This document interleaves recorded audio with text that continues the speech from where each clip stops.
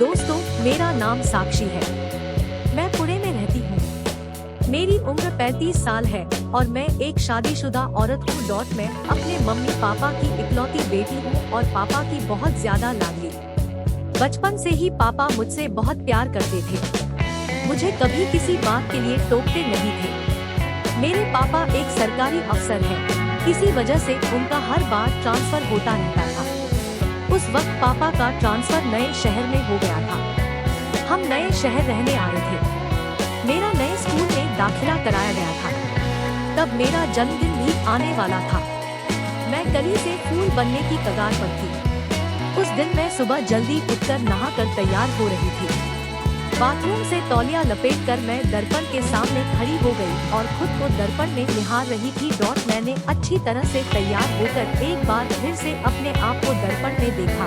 अपने रस से भरे गुलाबी होठों को सेक्सी स्टाइल में दांतों से चबाया और अपना खूबसूरत रूप देख खुशी से नाश्ता करने चली गई। माँ पापा भी आज मेरा रूप देख हल्के से चौंक गए थे। नाश्ता करके मैं स्कूल चली गई। नए स्कूल में मुझे नई सहेलियाँ मिली। उनमें से रिया मेरी अच्छी सहेली बन गई। हमारी बस का रूट एक ही था और स्कूल में हम दोनों एक ही बेंच पर बैठ गए थे। धीरे धीरे हमारी दोस्ती और गहरी होती गई। हम दोनों सभी तरह की बातें शेयर करने लगी। रिया का एक बॉयफ्रेंड था।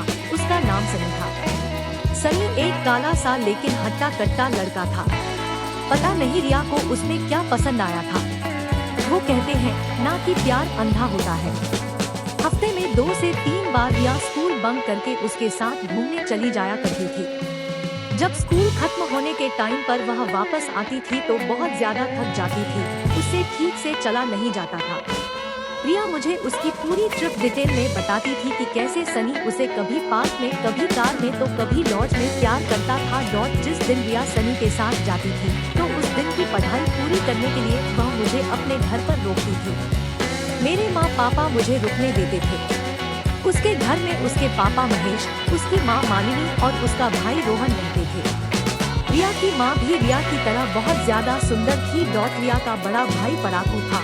वह अपने कमरे में ही रहता था जबकि रिया के पापा हमेशा बाहर रहते थे। मैं इन 4 से 5 महीनों में उनसे कभी मिली नहीं थी। एक दिन ऐसे ही मैं रिया के घर रुकी थी। रिया अपने रूम में फ्रेश हो रही थी। उसने मुझसे अपनी माँ के रूम में फ्रेश होने को कहा। आंटी मार्केट गई थी। मैं रूम में गई। मुझे बाथरूम से शॉवर के पानी की गिरने की आवाज आ रही थी। मैंने बाथरूम की तरफ देखा। बाथरूम का दरवाजा हल्का सा खुला हुआ था। मुझे लगा कि आंटी से गलती से शॉवर ऑन रह गया। मैं बिना कुछ सोचे समझे दौड़ती हुई बाथरूम में गई ताकि पानी बंद कर सकूं। जैसे ही मैंने बाथरूम में पैर रखा, मेरा पैर साबुन के पानी पर फिस गया और मैं फिसलती हुई शॉवर के नीचे किसी से जा टकराई। शॉवर चालू था। मैं कुछ ही पलों में पूरी भीग गई। मैंने तुरंत शॉवर बंद किया और पीछे मुड़ी। सामने का नजारा देखकर मैं चिल्लाने ही वाली थी तो उस आदमी ने मेरे मुंह पर हाथ रख दिया। मैं चिल्ला नहीं पाई। मैंने देखा रिया के पापा मेरे सामने खड़े हैं। मैं झट से घूम गई और दौड़कर रिया के रूम में चली गई। रिया मुझे इस तरह से देखकर चौंक गई। वह पूछती रही। मैंने उसे कुछ भी नहीं बताया। मैंने बहाना बताकर टाल दिया। रिया ने मुझे बदलने के लिए कपड़े दे दिए।